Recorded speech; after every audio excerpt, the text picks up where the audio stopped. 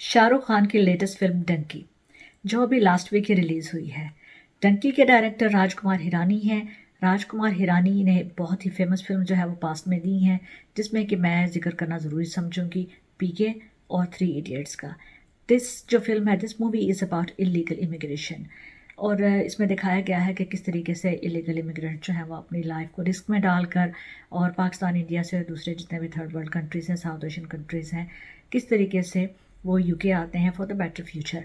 और इस फिल्म को जो है बहुत ही इसे combination of family bonding and patriotism और लव और इमोशनलिज्म है इसमें, और सेक्रीफाइसेस हैं बहुत ज़्यादा कि किस तरीके से सेक्रीफाइसेस जो है वो मेक करते हैं।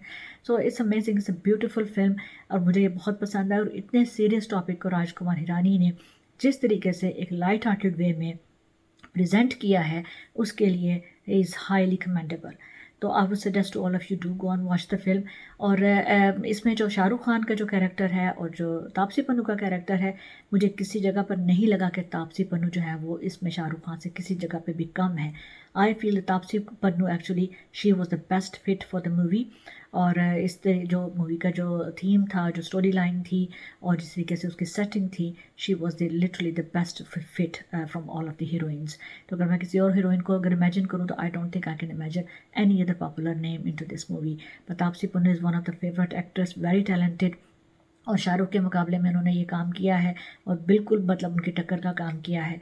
और yes, the supporting cast was also amazing.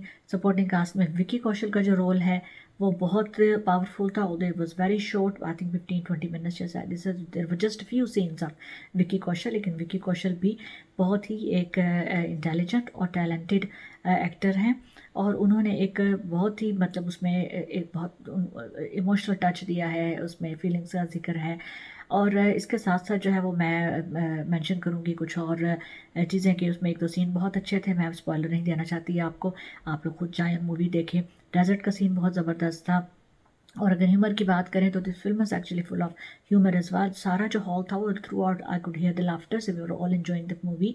और एक इतने सीरियस टॉपिक को उन्होंने एक बहुत ही एक कॉमेडी उसमें डाल के और उस तरीके से प्रेजेंट करना, लोगों की ज़बान में बात करना, इस चीज़ पे मैं बहुत बिलीव करती हूँ कि लोगों की ज़बान में बात की जाए और उनको उसी तरीके से समझाया जाए, उनको उनसे उन्हीं के लेवल पर आके बात की जाए। और ये फिल्म बिल्कुल इसी तरह एक ईजी लैंग्वेज, एक ईजी तरीके से जो है वो प्रेजेंट की गई है। उसके लिए well done to Rajkumar Hirani और congratulation to the whole team, Shahrukh Khan को और तापसी पन्नू, जितने भी सारे एक्टर्स थे और जितनी भी प्रोडक्शन टीम थी।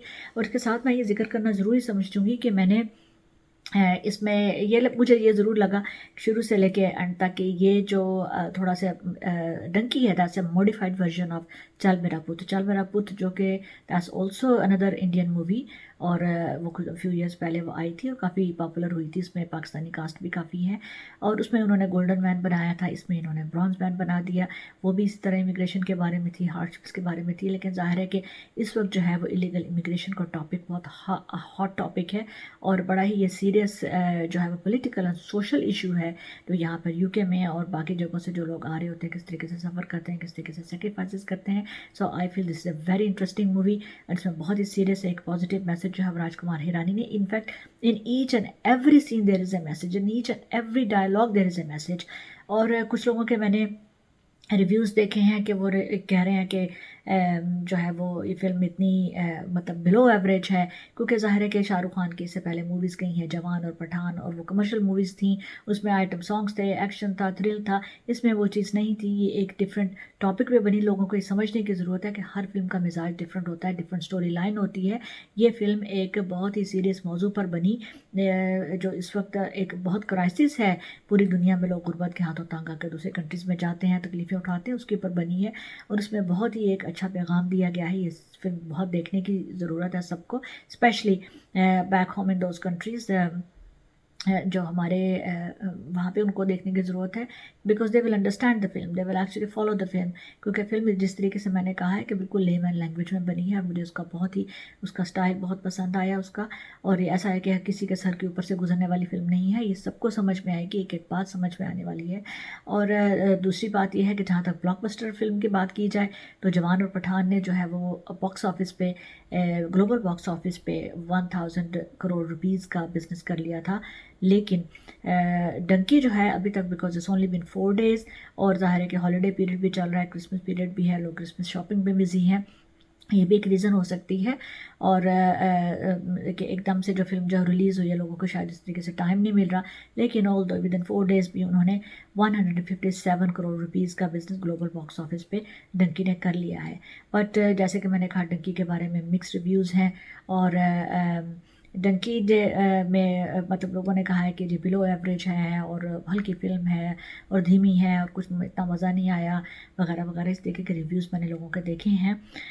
मैं उन सबको ये कहूँगी कि हर फिल्म का एक स्टाइल और एक स्टोरी लाइन डिफरेंट होती है, उसको उस तरीके से समझने की ज़रूरत होती है।